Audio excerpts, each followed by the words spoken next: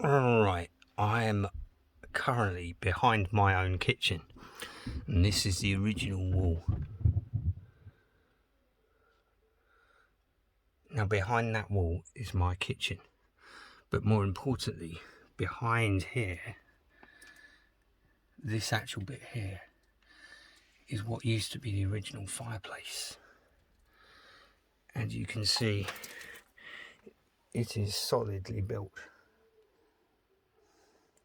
Now at the moment I'm under somebody's bathroom, which is a bit random. So I'm actually next door, so I probably shouldn't technically be here. Having said that, I'm actually in an alley, the original alleyway that used to run behind the back of these houses. And you can still see some of the original fittings from when it was external. So you've got the waste pipe there. You've got the power cables to my lights, power sockets behind the fridge freezer. That's up there. You've then got a junction box to the power cable. See that white one that just disappears around there? That goes to another socket. That's a spur right next to the back door. This one here. This goes to, and it's all, this is all concreted in because some muppet. Why would you do that? You've got a loose floorboards. Why on earth would you concrete in the wiring instead of chasing it or putting it through trunking? Anyway, it's not a lot I can do about that. But so there's the power cables for the lighting, for the sockets. Sorry, these are lighting cables.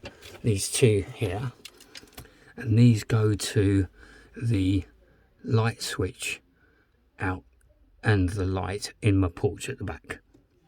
Unfortunately, they were plugged into that thing that blew. So there's all this loose wiring here, and I've got a loose power cable which I assume used to be the power supply into whatever was in the fireplace. So either there was a dual fuel burner or something like that.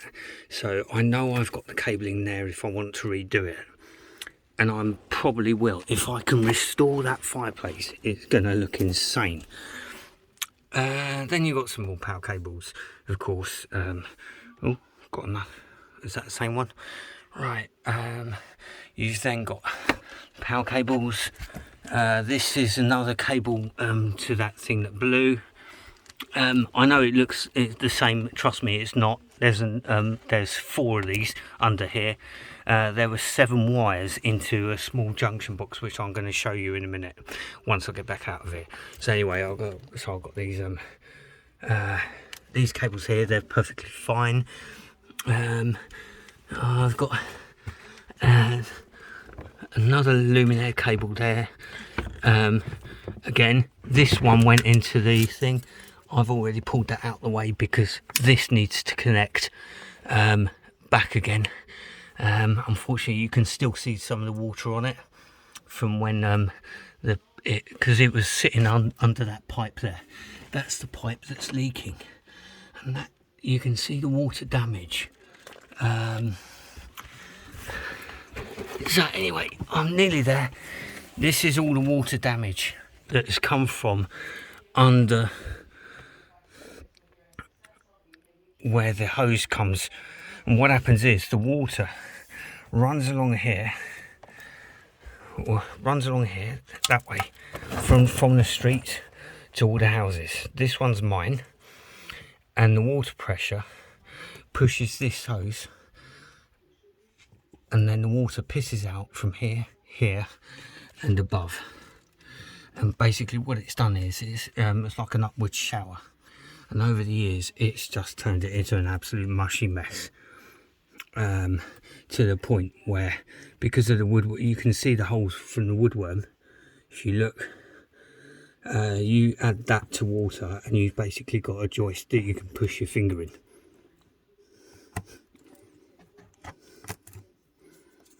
So there you go, and that's what the home insurance is going to be for. So let's come out. Try not to get electrocuted while I do it. Now this is what I've done to repair as much as I can. I've put a new stopcock in because the old one, sorry, I'm tangled up by the wiring. The old one was a 1¼ mil with 50mm copper piping welded in for no apparent reason. Why you just wouldn't put the correct size of 15mm stopcock in, I don't know. And I've put in I had to put that in to stop the water pissing out. But you can see water dripping out. But the reason the water's dripping out is not because of that. It's actually because of this plastic thing. The plastic thing has no seal inside it. And that is the thing that I need Welsh Water to sort out. That and this horrible monstrosity underneath. Now there should be a meter here. There should be a meter that recognises how much water comes into my house from there. Welsh Water are refusing to do it, even though they did it next door for Graham years ago. So that's basically where I'm at. Anyway, I'm just going to pause this for a sec while I try to get out of this without electrocuting myself. Right, I'm out. Okay, so let's get back into the kitchen. Well, I say I'm out. Ugh. So there you go. That is basically the Goonies. So here you can see the original wall above the ground. So it's exactly the same. I mean, it's so beautiful. It's a tragic waste that was covered up by minging plasterboard. But you can see the damage, the water damage under there. And again, you can see the water damage on the joist. Now the problem is, if this joist completely crumbles, fortunately this is only a partition wall and it doesn't go up to the ceiling. It kind of stops there. So it wouldn't be a structural disaster, but it does mean you would lose all your support on the floor. So going back to those wires that I said about they had blown, this was the other end of that final junction box. What remains of the junction box is here, and this was sitting right under where that water was pissing out. So over the years the water's got in. It wasn't even screwed in. There's only one screw in there, and the circuit eventually blew. Now there were 7 wires in there.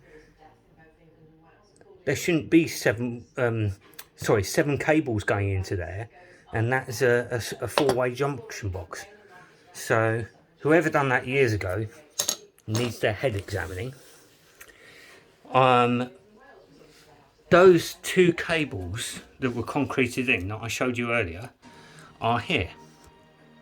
Now I could spend the next 2.5 hours chiseling all the way down underground and then pull them out, or I could just chop them at both ends and then they'll be, make sure they're isolated and then concrete them back in, which is probably what I'll do. You've got this this wire that goes to the ceiling and then round to luminaires. That's not too bad. Unfortunately the other end, I had to chop that because it was burnt. So I've chopped that nice and clean. I think I turned it off. There's an easy way to find out. Yep. That's all right. I know I had turned it off. Don't worry. That's nighttime storage heater. Again, for some inexplicable reason, it is concreted in. So I will have to chisel that out. There's nothing I can do about it. And there's the original hole where the hose used to come in, and the stopcock, that god awful stopcock was between there and that gap there. Wasn't resting on anything. It was putting massive strain on the pipe, presumably basically pulling it out the rubber joint. So we've got that. Anyway, just quickly show you how this will be rewired once I've done it. This cable that I'm holding here and wiggling is the power from the lighting circuit into the luminaires. At the moment it used to run into that horrible junction box underground, the one that blew. So all I've done is I've taken it off. Oh, there's a humongous amount of slack. So At the moment it looks like it did originally anyway, but all I'm going to do is plonk a new junction box in up there, and then have it all running through the ceiling, because of course where my new light is, that cable that's clipped in at the top there, that runs of course into the fan isolator, and then I've got a light switch which will go on the outside, so you actually turn the light on and off, and it's got a little light as well, so it will tell you whether or not somebody's in the loo, which is better than having a lock on the door, on the grounds that I haven't actually got a door at the moment. So there it is, and then all the wiring will be done up in the ceiling. Now at the moment I've checked every single cable that comes out of the ceiling, so all the luminaires are out, ready to do. And then there's one last job, which is out here.